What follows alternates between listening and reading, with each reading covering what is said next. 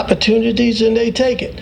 Now, you ask all of the other candidates about whether they're satisfied with the police commissioner, and they give you a political answer. I'm going to look at this or I'm going to do that. I'm telling you that the police commissioner will be one of the first to go when I'm elected mayor.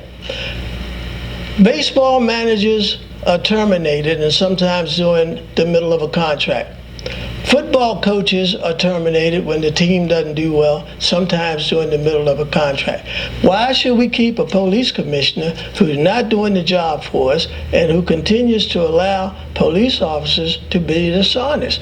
Now, we've all agreed that we have dishonest police officers, so why wouldn't you think that they would be dishonest when they fill out their police reports? You see, I've been fighting this thing for 12 years. Check with the Criminal Justice Coordinating Council, and you'll find that almost every meeting I challenge CompStat figures. And that was in front of the mayor, in front of the police commissioner, and in front of the state's attorney. I have no fear of any of them. They aren't doing what they're supposed to be doing. Let's go down the line. Mr. Landers, do you think that Commissioner Bielfeld should be replaced? If we can't restore trust between the citizens and the police department, then I would say yes. But I'm not prepared to say that this evening because I really haven't. Commissioner Bielfeld is not my appointee, and I haven't had a chance as a candidate to actually sit down with him and work out a joint strategy. One of the other things that would be important for me as a mayor is there has to be a partnership. If crime is the #1 issue in the city, then the mayor and the police commissioner need to meet regularly, not delegate it off to a deputy mayor or subordinates.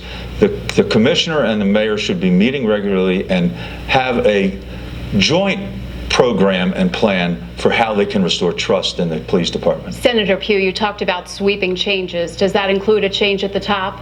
It includes changes throughout all the agencies. I'm asking for everybody's resignation when I become the next mayor. I want to clean the house from the top to the bottom. But, you know, some people can reapply for their positions, but let me just say this. I am looking for people who want to help move Baltimore forward.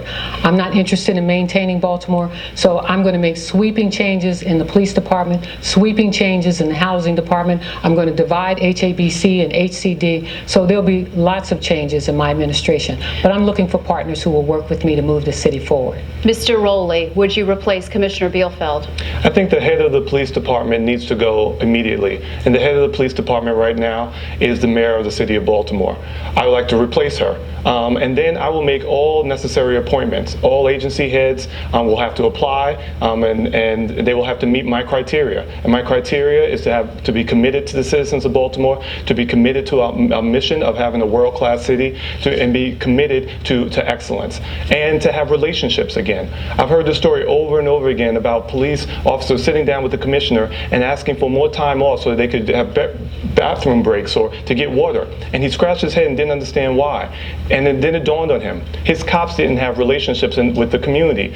They couldn't knock on Mrs. Jenkins' door and ask because they used the restroom, or knock on Mr. Jenkins' door to ask could he get a glass of water. We have to reestablish those relationships, and it starts at the top. And that, I believe, is the office of the mayor. When we talk about the issue of drugs, it is difficult to get a firm number, but by some estimates, as much as 80% of the city's violent crime problem is attributable to the city's drug problem.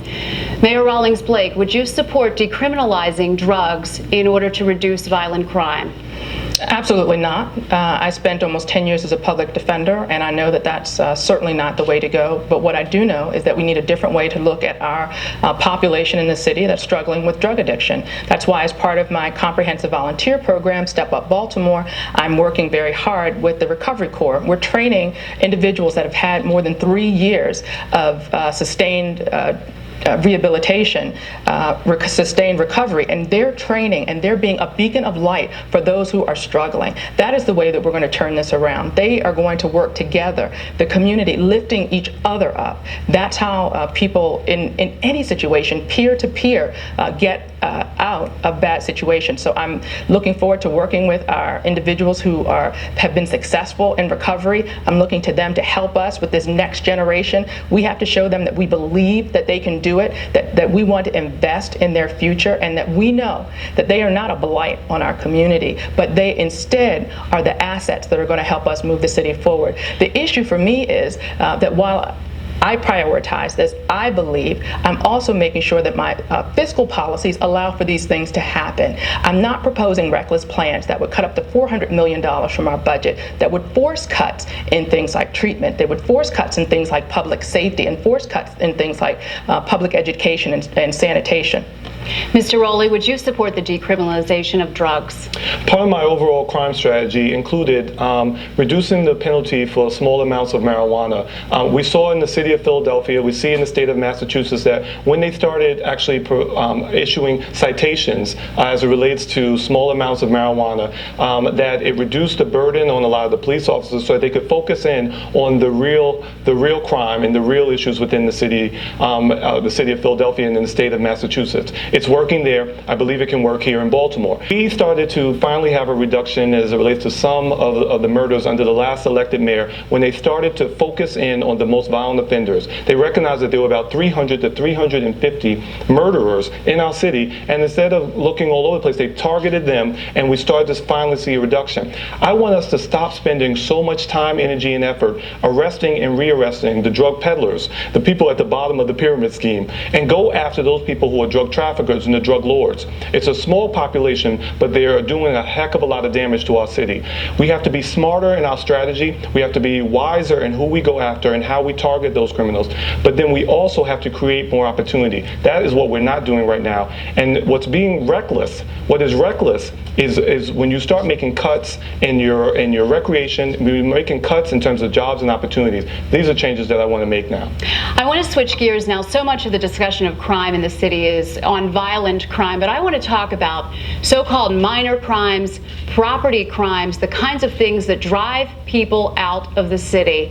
And Mayor Rawlings-Blake, there's a pilot program in the Northeast District now where you essentially phone in a nonviolent crime and a police officer isn't even dispatched until later. How is that not waving the white flag to say that we've given up on responding to property crimes, so-called minor crimes, and the kinds of things that really affect the quality of life of tens of thousands of city residents? It's absolutely not waving the white flag. What it's doing is being responsive to community members. What I've heard is that when I have a property crime, it takes hours for an officer to get there. Why? Because they're responding to 911 calls. So if we can dispatch officers and employees that are at the districts that can take that information and get the citizen what they need, which is a police report number, we can get the job done for them. But nothing happens with that police report and that number. No, they need it so they can file for insurance purposes. That's the reason why that they're calling. So but there's no expectation that anything is going to happen if your car's broken into, if your kid's bike is stolen. There's no expectation that there's any follow-up or any response beyond that. Well, I disagree. We do respond. What we're doing with the pilot program is customer service. We're giving the public an opportunity to call it in so they're not inconvenienced. We are not waving the white flag. We're not giving up. We will investigate, but they don't have to wait around until that property crime becomes a high enough priority that we can send those resources. That's why it's important that we keep pace with attrition. I can tell you, I go to community associations all over this city, and never once has a community said to me that they want to see less police officers on the street. That's how we're able to make these things happen, to respond to the crimes and to make sure that there are enough resources on the street. That's why I made sure, even though we had the largest budget deficit in the city's modern history, that we continued to hire officers. So we didn't go backwards when it comes to crime. So no, it is not waving the red flag. It is actually in response to community concerns. This is something that came from the communities. They said, this is happening in other jurisdictions. Why can't we do it here? And they certainly didn't ask for it because it was another jurisdiction waving the red flag. It was about giving customer service. It's about being responsive, and it's about the most efficient use of resources. Very quickly, Senator Pugh, if a citizen is calling the police department and doesn't expect a response for a so-called minor crime, why wouldn't we need more police officers? Well, first of all, we have nearly 300 vacancies in the police department. So we haven't kept up with the officers that we need to keep up in terms of nutrition. We need to fix that problem first. Any crime against a citizen is a crime that should be paid attention to. When I was canvassing over Northeast Baltimore, the community called me and talked to me about the property crime issues in their community. They expect a response. They deserve a response. And it's not about cutting the police budget. It's not about cutting the city's budget. It's about growing revenue so that we can have a better city. Thank you, Senator Pugh. Senator, thank you. Thanks to all of the candidates for joining us here. Thanks to our partners at Fox 45 and WEAA Radio. And on behalf of Jennifer and Charles, I'm Jeff Salkin. Have a good night.